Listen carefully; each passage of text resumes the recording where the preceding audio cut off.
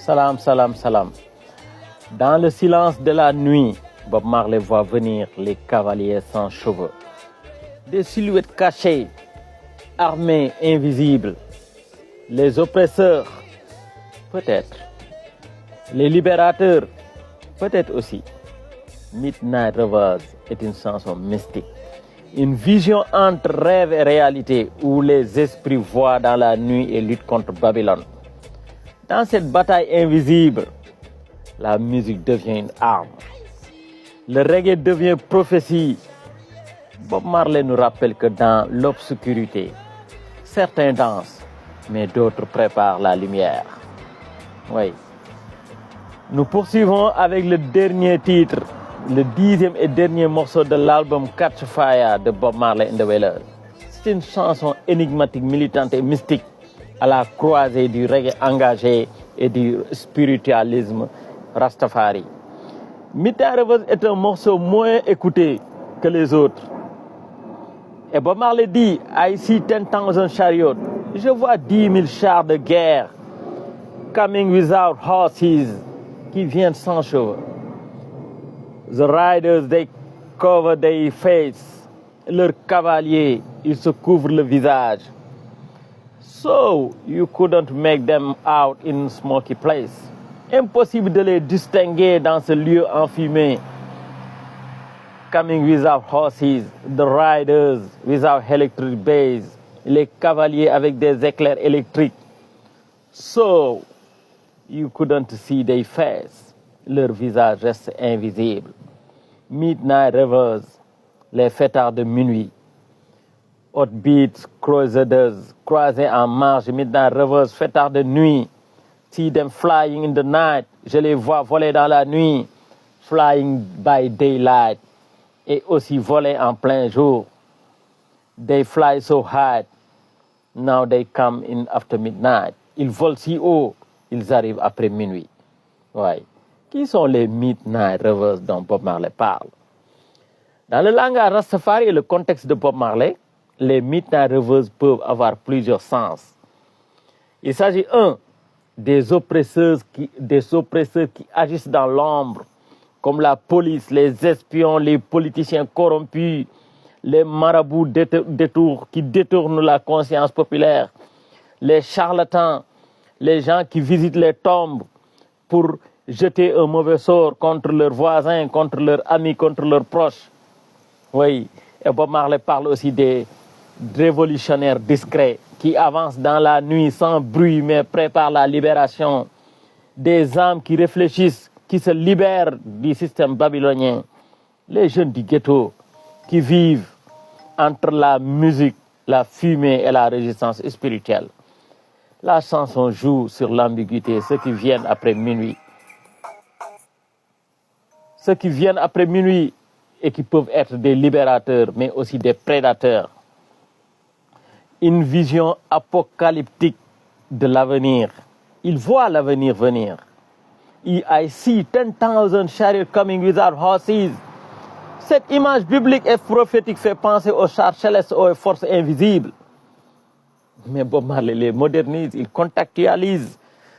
Ils arrivent sans cheveux. Sans cheveux. Ce sont des machines, des armes, des hélicoptères, des agents secrets, des machines de guerre, des systèmes, des lois.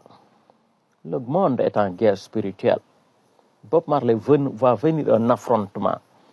Un affrontement, la guerre des civilisations, la guerre des machines, la guerre des cultures, la guerre contre le mal et le bien qui a toujours existé, la guerre contre les peuples qui veulent se libérer du colonialisme, qui veulent se libérer du néocolonialisme. Mais pas un affrontement seulement physique, mais mystique et idéologique. C'est un combat caché. The riders, they cover their face. Ces cavaliers masqués évoquent l'idée que Babylone est parmi nous. Babylone est infiltrée en nous-mêmes, ceux qui oppressent sans qu'on puisse les identifier. Ils travaillent dans l'ombre, détruisent les peuples sans visage, sans nom.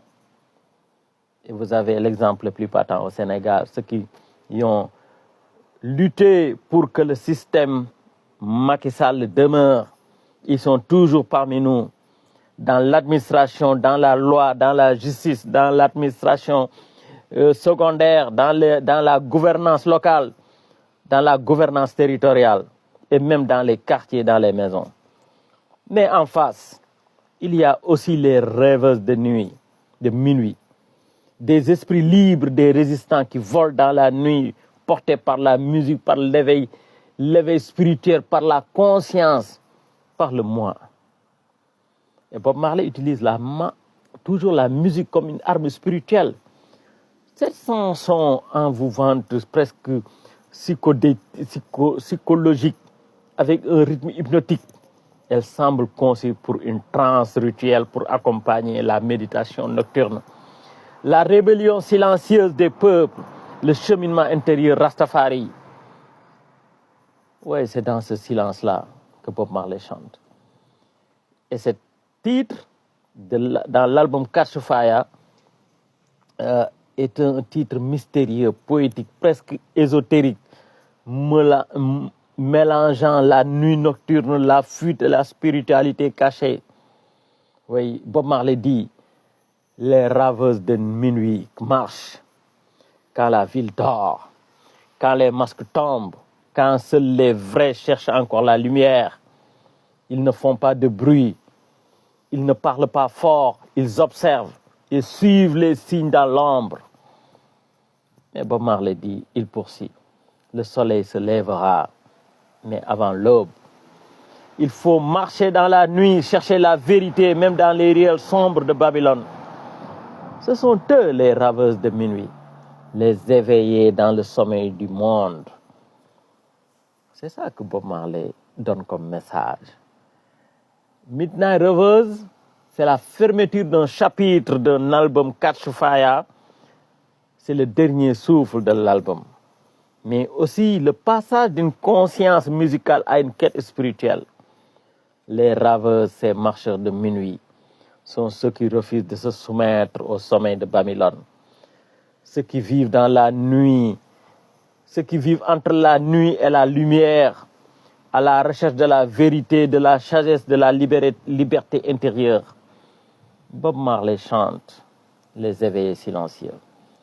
Les marginaux, les conscients, ceux qui ne se reconnaissent pas dans le système babylonien, ni dans la superficialité du monde, dans le matérialisme du monde, dans le capitalisme, dans le profit.